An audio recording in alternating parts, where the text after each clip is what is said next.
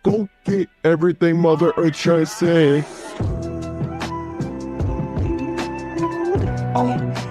Chop it on calm.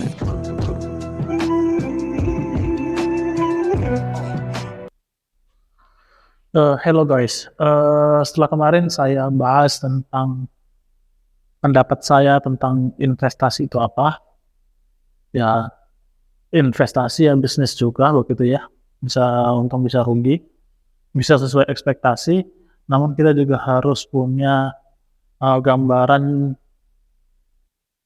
nilai kerugian kita, ekspektasi kerugian kita juga. Maka sekarang saya lebih fokus ke sharing pendapat saya tentang investasi di pasar modal. Kita cerita investasi tadi kan kita berharap ada ekspektasi pertumbuhan keuntungan di masa yang akan datang. Baik itu berinvestasi di aset keuangan ataupun investasi real. Nah, kalau fokus di pasar modal maka investasinya pasti adalah di pasar keuangan, di instrumen keuangan.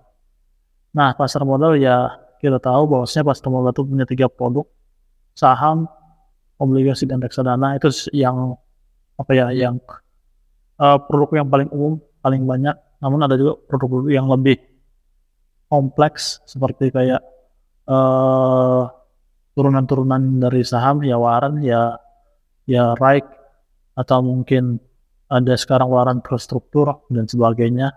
Dan turunan surat utang ya surat utang jangka pendek, MTN, dan lain-lainnya lah. Nah, pasar modal sendiri secara ideologis, filosofisnya itu kan tempat bertemunya antara si pemilik modal dengan orang atau mungkin pihak yang membutuhkan modal untuk ekspansi bisnisnya. Artinya bisnisnya harus sudah berjalan. Kalau enggak ya apa yang mau dia prospekkan atau mungkin dia presentkan ke calon-calon investornya, kira-kira begitu. Namun di pasar modal sendiri itu agak sedikit unik ya.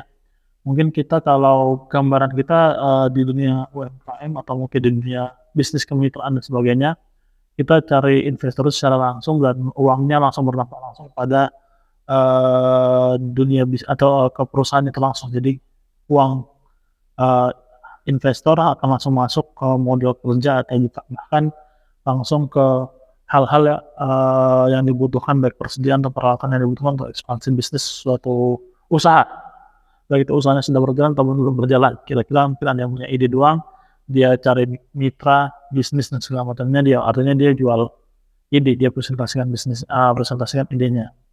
Namun di pasar modal sendiri, meskipun secara ideologisnya, secara idealnya, secara idenya, filosofinya adalah untuk ekspansi bisnis dan untuk untuk memperbesar atau membuka kesempatan bagi masyarakat untuk ikut mendukung atau ikut memiliki bisnisnya dengan cara menerbitkan lembar saham atau menawarkan lembar sahamnya ke masyarakat, ke publik, kira-kira begitu.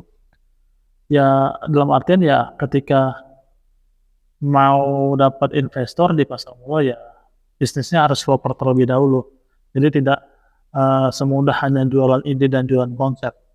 Tapi ya ada requirement persyaratan tertentu dari Bursa Efek Indonesia sebagai badan yang yang melegitimasi, yang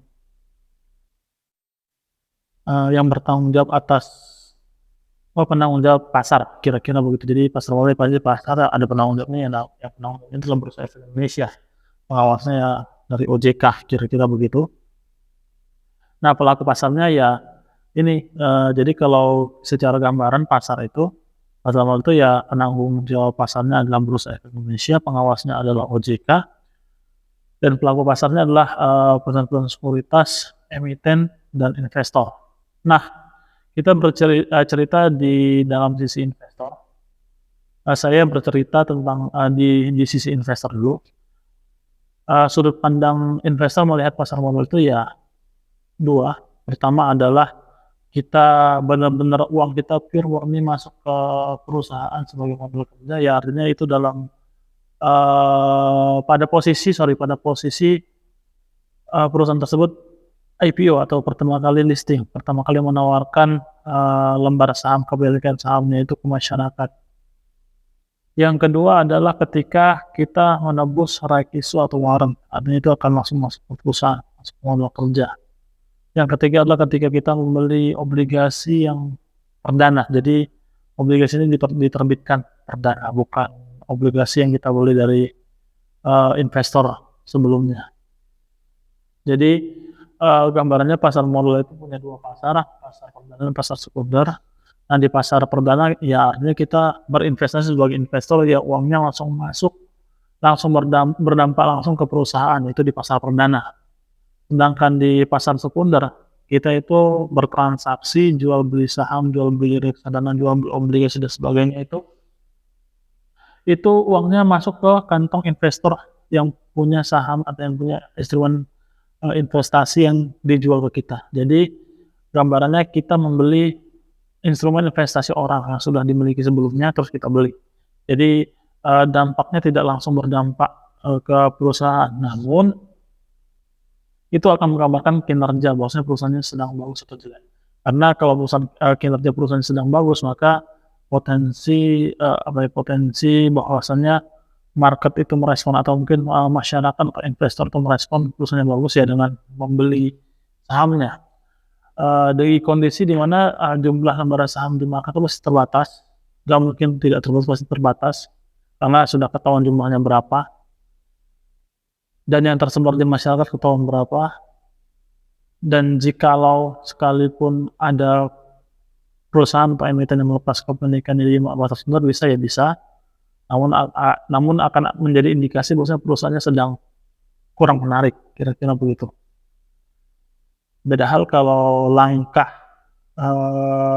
pembesaran porsi masyarakat di perusahaan terbuka itu melalui saham bonus atau mungkin obligasi yang ditukar dengan saham, dikonversi dengan saham, atau untuk menembus right, jadi menembus penerbitan lembar saham baru, artinya ya porsi persentase kepemilikan perusahaan bakal berkurang. Namun kalau sistemnya adalah perusahaan atau emiten menjual sahamnya, persentase kepemilikan lembar sahamnya itu ke pasar sekunder, ke market, itu berarti ada suatu indikasi yang berbahaya, kira-kira begitu. Nah, balik lagi ke sudut pandang investor, saya berada di sisi sudut pandang investor melihat pasar modal, maka kalau kita mau bertujuan sebagai investasi yang benar-benar berdampak langsung ke perusahaan, ya otomatis kita akan fokus pada saham-saham atau mungkin emiten-emiten yang akan baru pertama kali melisting di IPO ya, di pasar perdana, atau dia baru terbitin obligasi atau surat utang jangka pendek, sukuk dan sebagainya, atau menembus saham ketika right issue karena uangnya akan langsung masuk ke modal kerja. Namun kalau kita beli di market, di pasar sekunder, ya kita memang bisa sebagai investor juga, sudut pandangnya bisa investor juga, namun itu tidak berdampak langsung secara signifikan ke perusahaannya, kira-kira begitu. Namun ya kalau kita niatnya investasi, tadi investasi kan, investasi itu ya goalnya adalah ekspektasi keuntungan dengan mempertimbangkan ekspektasi risiko, kemungkinan risiko yang akan terjadi ke depannya. Jadi ya tidak ada salahnya kita bertransaksi di pasar perdana atau pasar sekunder. Namun yang harus digarisbawahi adalah pasar modal memang tempatnya perusahaan, tempatnya pengusaha-pengusaha untuk mencari tambahan modal dan untuk membuat modalnya bekerja. Jadi ya bukan berarti bahwasannya pengusaha-pengusaha atau perusahaan-perusahaan tersebut tidak bisa berinvestasi juga, ya bisa gitu. Jadi ya setelah dia listing, lalu dia buat divisi investment, divisi yang bertugas untuk bidang investasi, lalu dialokasikan sebagai modal kerja untuk investasi di pasar modal, ya juga bisa gitu loh. Atau dia gunakan modal itu untuk membeli saham perusahaannya sendiri, ya boleh-boleh saja, nggak ada masalah. Namun itu harus ada keterbukaan informasi. Jadi artinya dia harus menerbitkan atau mempublikasikan bahwa perusahaannya sedang membeli saham perusahaan dia sendiri secara langsung. Ya kira-kira begitu. Jadi gambaran besar pasar modal ya memang pasar modal adalah pasar yang wadahnya untuk mencari modal untuk mendapatkan modal tambahan untuk ekspansi bisnis, juga wadahnya untuk seorang investor berinvestasi. Karena mungkin sebagian teman-teman berpikir uang atau mungkin modal adalah segalanya, tapi belum tentu juga. Ada banyak orang-orang yang mungkin sudah kelebihan secara capital, secara cash, dan dia bingung mau dibawa uangnya kemana. Kalau digunakan untuk konsumtif malah tidak terlalu baik untuk dari sisi kebiasaan, dari sisi habit, maka ya dia akan lari ke pasar modal untuk berinvestasi. Namun memang pasti ketika orang-orang punya capital atau cash yang berlebih, ya pasti dia pakai jasa seorang penasehat keuangan atau penasehat investasi, atau ya istilahnya banyak lah sekarang private equity lah, private investment lah, atau advisory lah, atau financial planner lah, dan sebagainya. Sekarang sudah banyak kalian seperti itu. Namun kalau kita yang jujur seperti saya sendiri, ya saya adalah retail yang masih modalnya sangat kecil terbatas, berusaha belajar untuk berinvestasi dan trading. Karena kalau menurut menurut hasil survei guru saya, kita tidak akan merasakan buah investasi itu, atau ya hasil yang nyata dari investasi, atau compounding, penggulungan modal, penggulungan keuntungan dari modal yang kita tanamkan itu, ketika capital kita, cash kita tidak besar. Ya tadi capital market, ya cash is king, capital is king. Jadi ya siapa yang punya capital paling besar, dia akan merasakan dampak yang paling signifikan di pasar modal, di investasi. Meskipun tidak menutup kemungkinan bahwasannya banyak anomali yang bahwasannya yang punya capital terbatas bisa signifikan hasilnya, ya bisa. Ada yang jadi, tapi yang saya survei tidak ada kunci pasti dalam berinvestasi di pasar modal. Karena jikalau dibilang bahwasannya yang mempengaruhi investasi adalah waktu, ada juga yang bersabar cukup lama namun ternyata bisnis perusahaan yang ia investasikan tidak berjalan baik-baik saja. Artinya meskipun kesabaran itu salah satu kunci, namun bukan kunci utama. Artinya ya ketika kita punya kunci sabar, namun kita juga harus mengkomunikasikan dengan kunci-kunci lainnya, seperti kita punya strategi investasi, kita punya cara-cara tertentu, requirement tertentu, atau selera tertentu dalam perusahaan yang kita investasikan. Kalau kita punya rasio-rasio keuangan yang harus jadi pakem kita untuk kita investasikan di perusahaan tersebut, atau kita punya kondisi core bisnis terhadap suatu perusahaan tersebut. Jadi ya kita sangat banyak indikator kriteria yang saya sendiri belum mendapatkan yang menjadi kunci utama dalam keberhasilan investasi. Karena meskipun orang-orang terkaya di seluruh dunia itu besarnya atau mungkin hartanya, kekayaan itu paling besar berasal dari perusahaan yang sudah listing, yang go public, yang nilai kapitalisasinya membesar secara signifikan, atau hasil investasinya yang sangat signifikan besarnya. Namun itu tidak diukur berdasarkan total secara keseluruhan. Artinya itu hanya mengambil sampel, dari 100% mungkin 10% berhasil. Nah, 90%-nya itu tidak pernah dipublikasikan. Padahal ya kita harus tahu bahwasanya ya dunia investasi, dunia bisnis juga. Di dalam dunia bisnis bukan semua pelaku bisnis itu berhasil, banyak juga yang gagal. Namun ketika motivasi, semangat, atau mungkin hal-hal yang supaya membangkitkan semangat kita untuk mulai berusaha, mulai